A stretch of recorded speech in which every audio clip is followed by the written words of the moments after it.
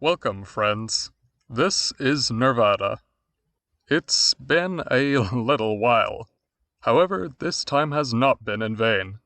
Despite my absence from the channel, I have had some time to ponder over my thoughts about many issues related to the human condition.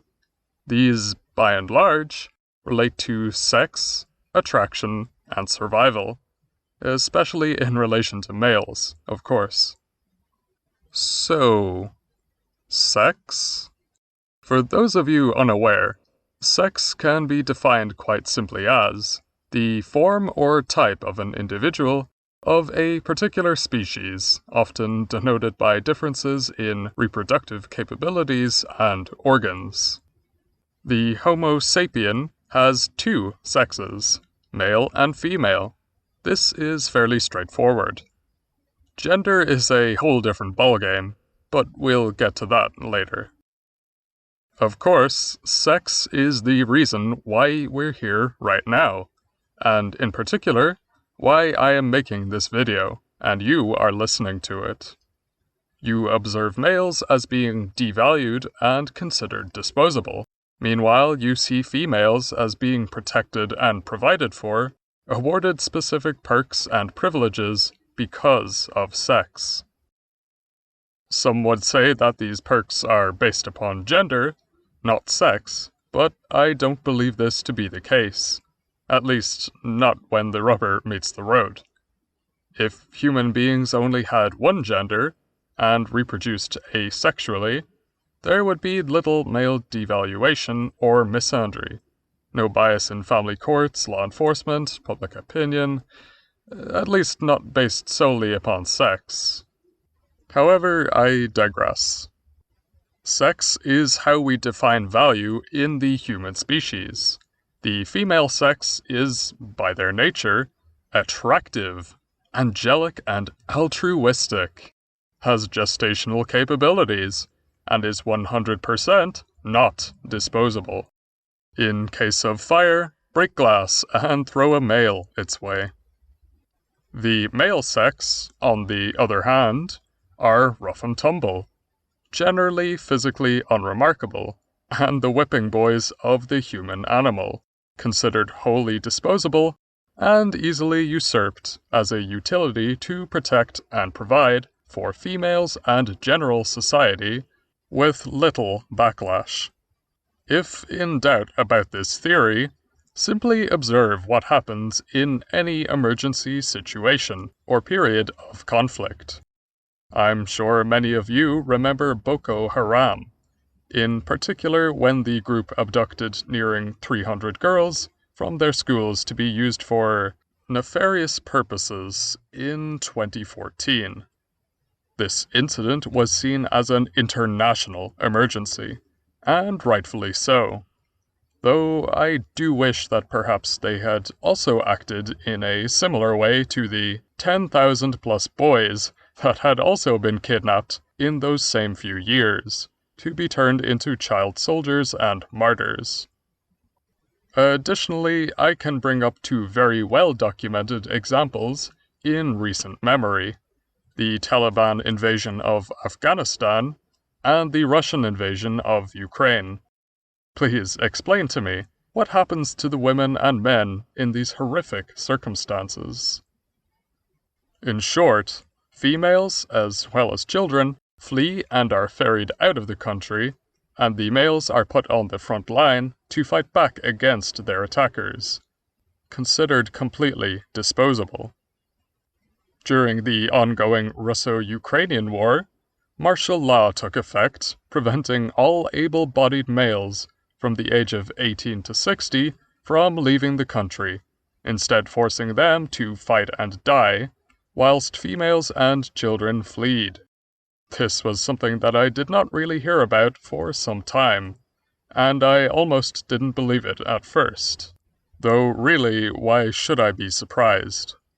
We can pretty up male existence in any way that we want, saying things are so progressive and equal in modern day, but when push comes to shove, this is the true male profession under both traditionalism and feminism.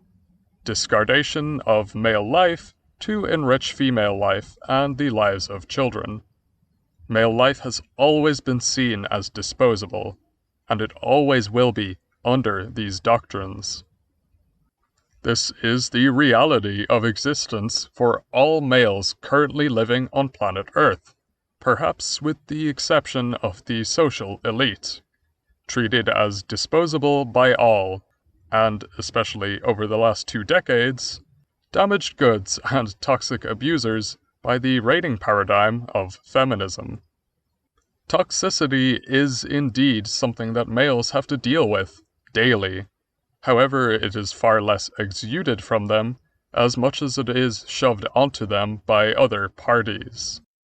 So much so, that really, I find it shocking that so many men continue to strive to fit the tired, outdated, and self-destructive ideals of male gender roles, especially as females have completely dropped the ball on their side of the bargain. Now that we have established a basic idea of worth distribution by sex, we need to have a brief chat about survival. Survival informs nearly all of our actions that we carry out in some way, even on a daily basis. We get up, go to work each morning to pay bills, to continue to live in heated shelters with electricity and clean running water. We also decide not to go sideways down the exit lane of the motorway, or drive on the wrong side of the road, despite how exhilarating these actions might sound. It has also been found that human beings that have dissenting opinions about important social topics or oppressive regimes may endeavor to keep this undisclosed in the company of the general populace, lest they be exiled or worse for their opinions. AKA, when in Rome, do as the Romans do. It is obvious, then, that human beings are quite fickle in behavior, and will endeavor to present in the best way possible to gain positive attention and acceptance from peers, once again bolstering survival of the individual. It would stand to reason, then, that presenting as female or in a feminine way in the modern world would be the most effective way for an individual to increase their likelihood of survival. And this, I believe, is a phenomenon that we are observing on a global scale. Those of you that have a pulse on media and social groups of today may know where I am going with this. That being transgender individuals. Now, I am not saying that trans people are invalid or have simply switched sides to increase their chances of living a less dejected life. On the contrary, I am of the belief that it would be more strange if such individuals did not exist, given the innumerable quirks of the human consciousness. People born of the wrong sex, but desiring to one day be the sex that they always knew they should be, I do believe it to be feasible. However, I also see human existence, by and large, as male devaluing, as well as wholly disposable of males. Masculinity and everything related to it is attacked and belittled. Meanwhile, female and feminine anything is coveted and protected. In such a hostile environment, I do believe that it is possible, if not likely, that some members of the disposable class may feel a subconscious pull towards presenting as a member of the protected class, in essence to bolster their chances of individual survival. I have also heard that, by and large, transgender men, that is, females that have transitioned to become male, don't often make much of a fuss, simply getting the necessary medication and procedures done to complete their transition, then fading into the background, simply identifying as any other male. However, this is not the case for what seems to be the majority of transgender females, that is, males that transition to become female. On websites like Twitter, Reddit or YouTube, for example, I have seen innumerable scores of individuals that all identify as trans women. However, self-identifying trans men are something that I've observed maybe 1/30th or 1/40th of the time. Trans females seem especially eager to tell you that they're trans women, so much so that it appears that the end goal with these individuals is to stay as trans women, not become women. These are the individuals that I feel, well, are perhaps not being 100% honest with themselves about the reasons for their transition. As a red pill male, it behooves me to mention my own observations in relation to this phenomenon. Now, again, I'm not saying that these people are not allowed to transition if they want to. I'm all for sex, gender, and gender roles to be broken down and reconstructed in such a way that it becomes beneficial for all parties, though this is wishful thinking. I merely observe males as value deficient and females as value abundant, and then find an odd phenomenon in which a notable portion of the devalued class present as the elevated class, being rather eager as well to tell many about it, and can't help but feel that it is partly a response to an unfavorable social environment to positively affect survival. Earlier on in this video, I mentioned that sex denotes value in the human animal, not gender, and really this should be straightforward. From a natural standpoint, males may hold impressive physical and intellectual prowess, however, females hold the cards in reproduction, and survival of the species ranks higher on the list than individual survival.